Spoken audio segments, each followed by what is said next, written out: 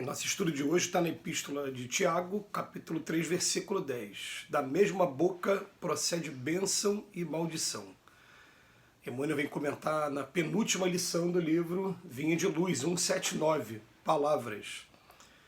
Nunca te arrependerás de haver ouvido 100 frases, pronunciando simplesmente uma ou outra pequenina observação, de evitar o comentário alusivo ao mal qualquer que seja, de calar a explosão da cólera, de preferir o silêncio nos instantes de irritação, de renunciar aos palpites levianos nas menores controvérsias, de não opinar em problemas que te não dizem respeito, de esquivar-te a promessas que não poderias cumprir, de meditar muitas horas sem abrir os lábios, de apenas sorrir sempre que visitado pela desilusão ou pela amargura, de fugir a reclamações de qualquer natureza, de estimular o bem sob todos os prismas, de pronunciar palavras de perdão e bondade, de explanar sobre o otimismo, a fé e a esperança, de exaltar a confiança no céu, de ensinar o que seja útil, verdadeiro e santificante, de prestar informações que ajudem aos outros, de exprimir bons pensamentos, de formular apelos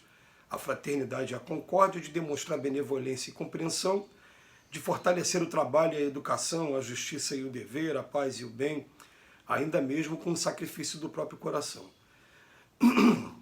Examina o sentido, o modo e a direção de tuas palavras antes de pronunciá-las. Da mesma boca procede bênção ou maldição para o caminho. Quando a gente vem estudar essa parte psicológica, essa parte do espírito, a gente vai ver que a gente exterioriza aqui na Terra nossas atitudes através de pensamentos, de palavras ou de atitudes. Os espíritos até chamam a nossa atenção para o pensamento. Falar, o pensamento é criador, tudo começa no pensamento, e que a gente deve ter um trabalho, sim, de fazer um policiamento muito grande no pensamento. Principalmente porque o pensamento é a principal forma de comunicação entre os espíritos.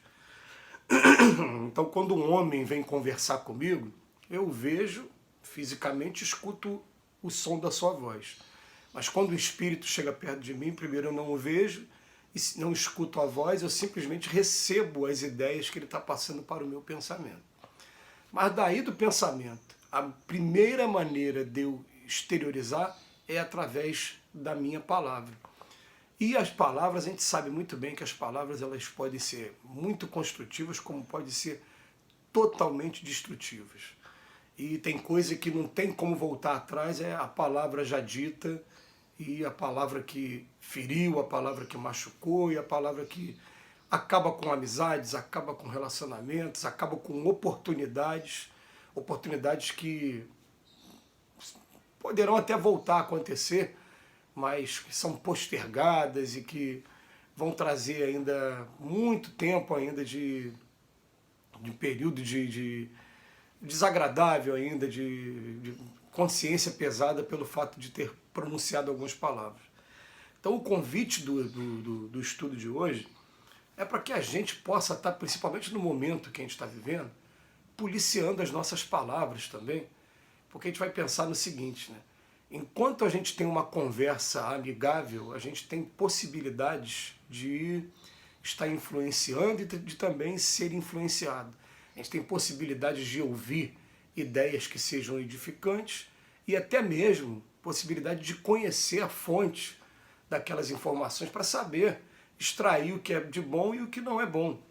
E a gente costuma fazer isso, aliás, com tudo na nossa vida. A gente começa a olhar para as pessoas e ver, peraí, todo mundo tem lado luz e lado sombra. Eu quero absorver o lado luz e vamos deixar o lado sombra de lado, vamos tentar estimular cada vez mais o lado luz, porque quanto mais a gente estimula, a sombra vai ficando de lado. Mas a gente está vivendo um momento já de algum tempo para cá, pelo menos de 4 anos para cá, de uma polarização muito grande que ela mais afasta, isso é público e notório, acabou com amizades, acabou com relacionamentos até mesmo conjugais, né, de muitas pessoas pelo nosso país. E por quê? Pela intolerância, pela maneira como as provocações vêm acontecendo.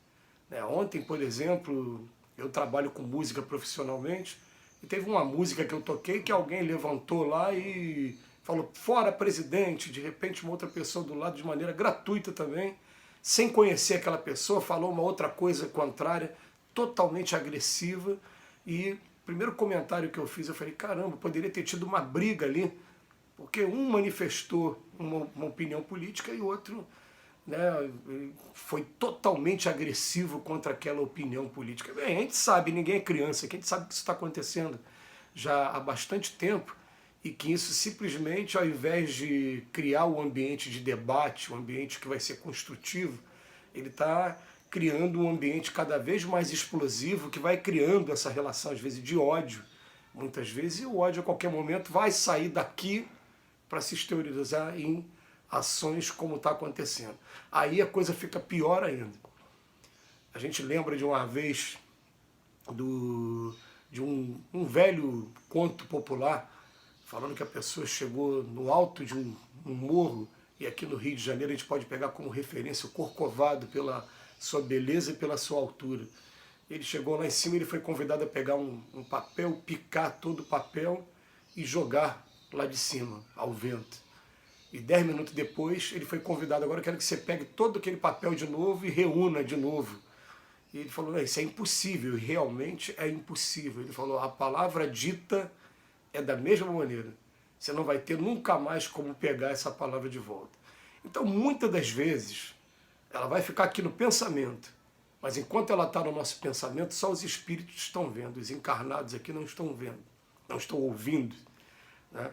Então, o que acontece? Já que está aqui no nosso pensamento, vamos fazer aquela meditação, né, sobre vale a pena essa palavra ser dita. Pô, os gregos já falam isso há muito tempo e todo mundo conhece esse texto, né? É verdade? Não é.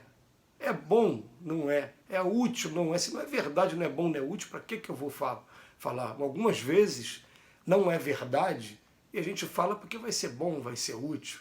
A gente omite algumas verdades algumas vezes. Vai falar, não, que a doença está em estado grave. Não, dá para recuperar. A gente sabe que se mexer com o psicossomático da pessoa, a pessoa pode se entregar e daqui a pouco está entrando num despenhadeiro aí com a enfermidade. A gente omite, né? Então a gente fala assim, é verdade? Não, não é o que eu vou falar, mas é bom, vai ser útil. E pode até se converter numa coisa boa ali na frente. Isso que quando vai falar de mentira, por exemplo, a gente vai ficar assim, Jesus falava que suas palavras sejam sim, sim, não, não. Mas ao mesmo tempo, Jesus, quando está conversando com Nicodemos, ele fala para a gente, pô, se eu estou falando das coisas da terra e você não acredita, se eu te falar das coisas do céu, é que não vai ter como você acreditar mesmo. Ele está querendo dizer para a gente que ele não disse tudo, né? Então, às vezes a gente omite, a gente não vai dizer tudo também. De maneira que me lembro de Charlie Chaplin, que fez uma música maravilhosa chamada Smile, que teve a tradução aqui do João de Barro, do Braguinha, e o Braguinha botou na música dele o seguinte, sorri, vai mentindo a tua dor e ao notar que tu sorris, todo mundo irá supor que és feliz. Então, por que eu vou ficar transmitindo tristeza para as pessoas? Transmite alegria. E Noel Rosa, o sambista da vila, tem uma frase até melhor. Ele fala, saber mentir não é crime, é bem sublime o que se diz mentindo para fazer alguém feliz. Que frase bonita, né? Então o que acontece? A gente tem que saber, é claro, né? Saber balancear, saber interpretar e saber os limites da mentira para que ela não se torne um costume e do costume ela comece a interferir no nosso caráter. Mas fica aí a mensagem só para a gente policiar as palavras. Então vale a pena, sim, a gente calar a cólera, a gente deixar de emitir uma opinião, porque vai ser contrária, vai trazer contendas no momento errado. Quando a pessoa vier perguntar de maneira calma qual é a sua opinião, aí sim eu vou colocar minha opinião, vou conversar.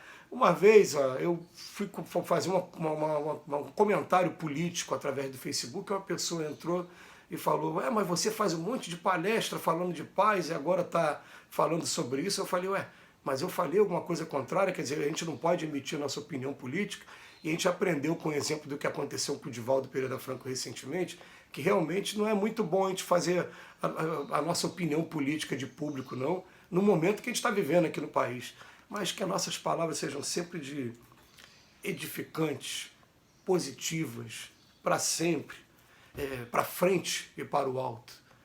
É o convite que o Emmanuel está fazendo a gente agradece mais uma vez ao Emmanuel, que Jesus nos abençoe hoje e sempre.